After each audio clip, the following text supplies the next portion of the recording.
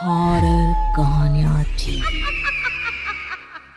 चुड़ैल पार्ट 1। ऊंची ऊंची पहाड़ियों और घने जंगल से घिरा हुआ भैरवगढ़ गांव काली पहाड़ी के ठीक पीछे था। काली पहाड़ी यानी मौत का घर। भैरवगढ़ गांव तक पहुंचने का रास्ता बेहद दुर्गम था।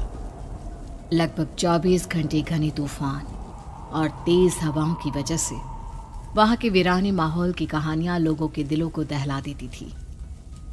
ऐसे बहुत कम लोग थे जो भैरवगढ़ गांव तक जाने की हिम्मत करते थे।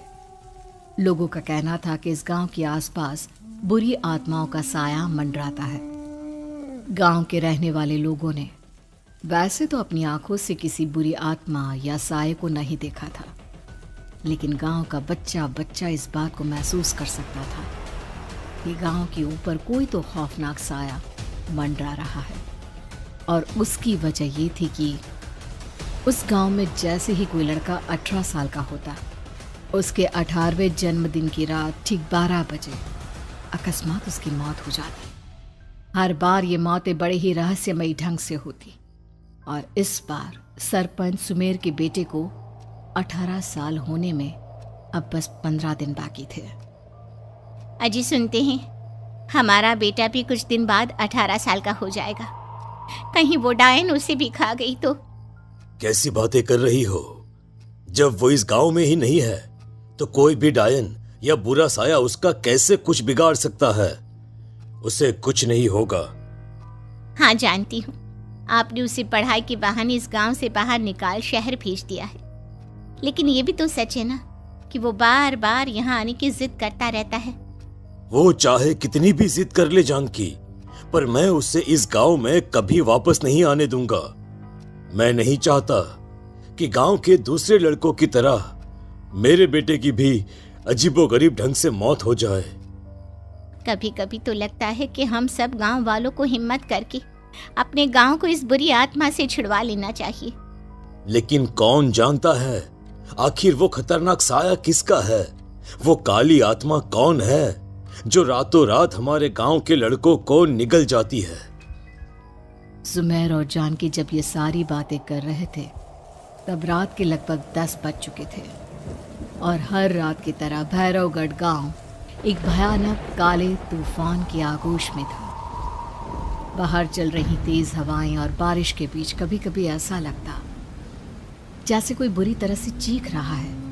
किसी के तड़पने और चीखने की आवाजें गांव के कानों में बार बार टकराती, पर वहां रहने वाले किसी भी औरत या आदमी के अंदर इतना साहस नहीं था कि वो अपने घर से बाहर कदम रख के उन आवाजों तक पहुंच सके। सो जाओ जानकी, और घर के खिड़की दरवाजे कसकर बंद कर दो।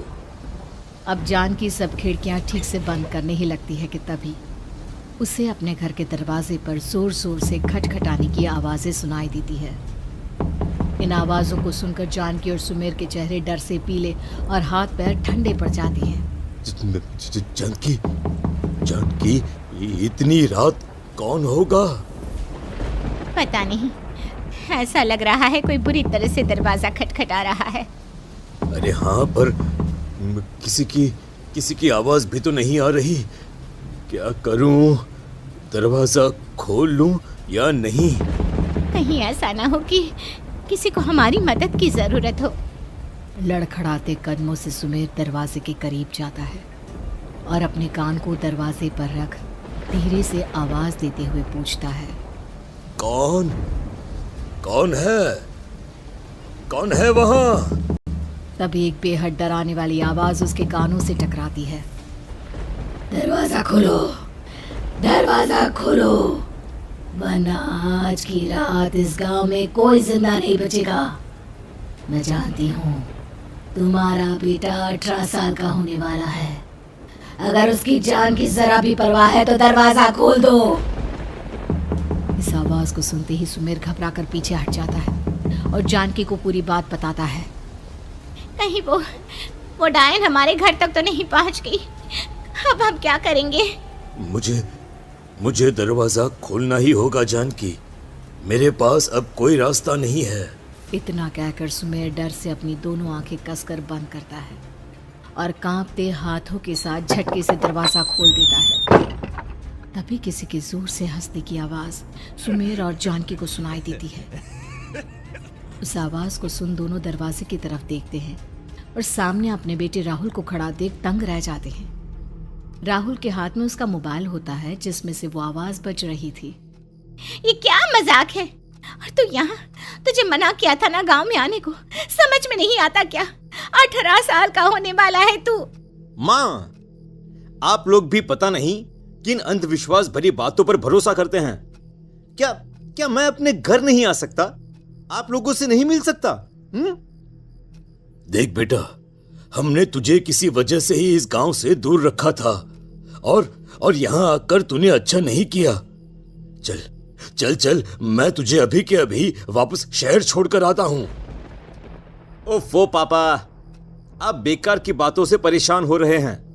बाहर इतना तेज अंधर तूफान चल रहा है, कहीं जाने की जरूरत नहीं है। मैं बस आप लोगों से मिलने आया हूं, कुछ दिन रहकर चला जाऊंगा। दिमाग खराब हो गया है इस लड़के का, नहीं जानता कि इस गांव में ये सुरक्षित नहीं है। किसने कहा था तुझे यहाँ आने को? ये आवाजें सुन, बाहर से जो आवाजें आ रही है तुझे सुनाई नहीं देती क्या? अरे माँ, जब जोर से तूफान चलता है, तेज हवाएं चलती हैं, तो इसी तरह की आवाजें आती हैं। ये बहुत नॉर्मल है माँ। नॉर्मल होगी तेरे लिए बेटा। 4 दिन शहर में पढ़कर आया है तो अपने माँ बाप की बात नहीं मान सकता। माँ, मुझे अभी बहुत जोरों से भूख लगी है, पहले कुछ खिला दो, और रात भी बहुत हो गई है। हम इस बारे में कल बात करते हैं, ठीक है? राहुल के वापस आ जाने से जानकी और सुमेर की आंखों की नींद उड़ गई थी। खाना खाने के बाद राहुल तो अपने बिस्तर पर जाकर सो गया, लेकिन जानकी और सुमेर पूरी रात उसके कमरे के बाहर पहरेदारी करते रहे। उन्हें पल पल इसी बात का डर था कि कहीं उनके बेटे को कुछ हो ना जाए। रात बीतती है, सुबह का सूरज निकलता है। अब जैसे ही वो राहुल को नींद से जागते देखते हैं तो उन दोनों के दिल को सुकून मिलता है। अरे माँ, पापा, आप अभी तक यहीं बैठे हैं? क्या पूरी रात सोए नहीं? जिनके जवान बेटी की जान को खतरा हो, उन माँ बाप को नींद नहीं आती बेटा। बेटा, अब तो वापस शहर चला जा। देखो माँ, मैं किसी जरूरी काम से इस गांव में आया हूं, और वो काम पूरा होने के बाद मैं खुद यहां से चला जाऊंगा। काम? गांव में तेरा क्या काम है? पापा, मैं बचपन से ही इस गांव के बारे में बेहद डरावने किस्से सुनते आया हूं, इसीलिए अब मैं उन्हीं किस्सों के ऊपर डॉक्यूमेंट्री फिल्म बनाऊंगा। रिसर्च करना चाहता हूं कि आखिर सच्चाई है क्या। हे भगवान, लो जी, सुन लिया, और भेजो इसे पढ़ने के लिए शहर। मैंने आपसे पहले ही कहा था, मेरी बहन के पास दूसरे गांव भेज दो। ना ये शहर जाता और ना उल जुलूल की बात इसके दिमाग में आती। जानकी और सुमेर राहुल को समझाने की बहुत कोशिश करते हैं, पर वो किसी की बात नहीं सुनता और अपना कैमरा लेकर गांव की पास वाली काली पहाड़ी की तरफ निकल जाता है। अब राहुल जैसे ही काली पहाड़ी पर पहुंचता है, उसकी नजर पहाड़ी के ठीक बीचों बीच बनी एक पुरानी झोपड़ी पर पड़ती है। यहाँ भी कोई रहता है क्या? ये इंटरेस्टिंग होगा। राहुल की आवाज पहाड़ों से टकराकर उसके कानों में सुनाई दे रही थी। उसने चारों तरफ का नजारा देखकर वहां की तस्वीरें अपने कैमरे में उतारना शुरू कर दिया। तभी अचानक राहुल ने अपने कैमरे में खींची हुई तस्वीर को जूम करके देखा, और उसमें उसे जो नजर आया वो देखकर राहुल की होश उड़ गए। क्या सचमुच उस गांव के ऊपर किसी बुरी आत्मा का साया था? क्या राहुल की जान बच पाएगी? क्या देखा था राहुल ने उस फोटो में जिसे देखकर वो दंग रह गया? इन सवालों के जवाब जानने के लिए देखिए इस कहानी का अगला भाग।